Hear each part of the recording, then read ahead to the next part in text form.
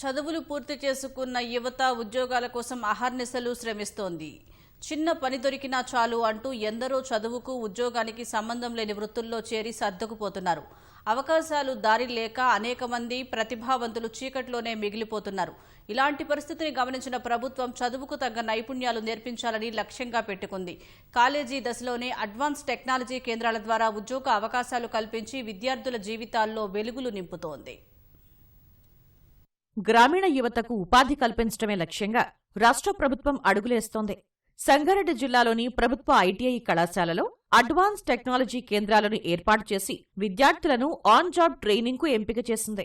వివిధ పరిశ్రమలు, కంపెనీల పనితీరును ముందస్తుగానే తెలుసుకునే అవకాశం విద్యార్థులకు కల్పిస్తున్నారు.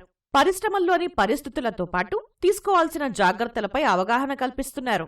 ఇక్కడ ఈ రోజు ప్రోగ్రామ్ ఏంటంటే on job training. On job training అనేది కాలేజ్లో 2 years దాకా చదువుకునేది 1.5 year దాకా ఆపేసినాక 6 months అనే ట్రైనింగ్ ఉంటుంది. ఆన్ జాబ్ ట్రైనింగ్ అంటే దాన్ని ఆన్ జాబ్ ట్రైనింగ్లో ఏంటంటే ఉన్న 1.5 monthsలో మాకు బేసిక్ నేర్పిస్తారు. ఇక్కడ కంపెనీలో ఏ విధంగా ఉండాలో నేర్పిస్తారు. కానీ అంటే 6 monthsలో ఏంటంటే అక్కడికి పోయినాక ఎక్స్పీరియన్స్ ఉండడానికి ఇండస్ట్రియల్ ఎక్స్పీరియన్స్ నేర్పిస్తారు.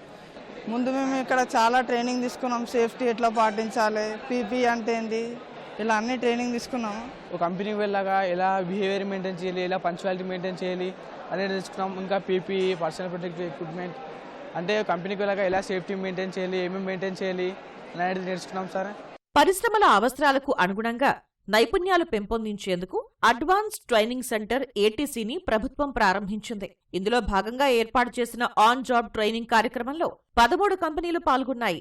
ఏటీసీ ఇంటర్న్షిప్ల ద్వారా పరిశ్రమల పనితీరును ప్రత్యక్షంగా తెలుసుకునే అవకాశం లభించడంతో పాటు విద్యార్థులకు సాంకేతిక పరిజ్ఞానం పెరుగుతుందని సిబ్బంది చెబుతున్నారు. కమ్యూనికేషన్ నైపుణ్యాలు, టీం వర్క్ వంటి అంశాల్లోనూ విజయం సాధించే అవకాశం మెండుగా ఉందని చెబుతున్నారు.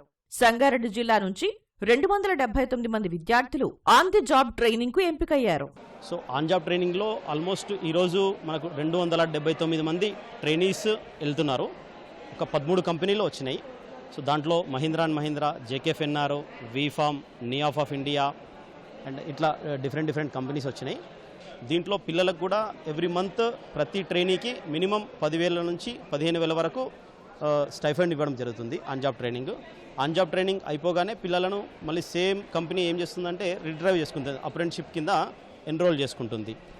దీనివల్ల ఆ పిల్లోడికి ఏంటంటే ఫైనాన్షియల్గా ప్లస్ టెక్నికల్గా 2 రకాలుగా అబ్బాయికి ఉపయోగపడుతుంది.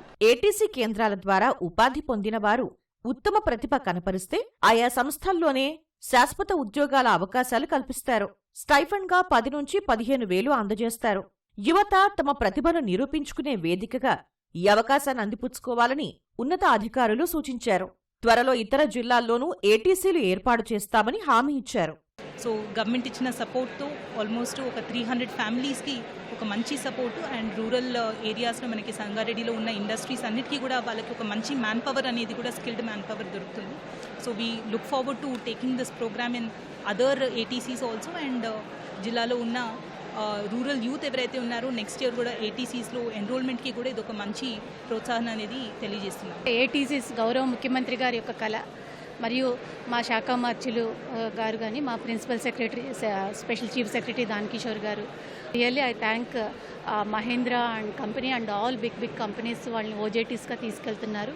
గౌరవ ముఖ్యమంత్రి గారి యొక్క కళ ట్రిలియన్ బిలియన్ ఎకానమీ 2047 జరగాలి అని అంటే ఇవన్నీ ఒక ఫుట్ స్టెప్స్ గా మారుతున్నాయి. ప్రతిభ ఆధారంగా శాశ్వత ఉద్యోగ అవకాశాలు కల్పించడమే లక్ష్యంగా ప్రారంభమైన ఈ కార్యక్రమంతో యువతలో కొత్త ఆశలు చిగురిస్తున్నాయి. ఉద్యోగాల కోసం నిరీక్షించే పని లేకుండా కాలేజీ దశలోనే గొప్ప అవకాశాలు పొందటంతో ఏటీసీకి మంచి స్పందన లభిస్తోంది.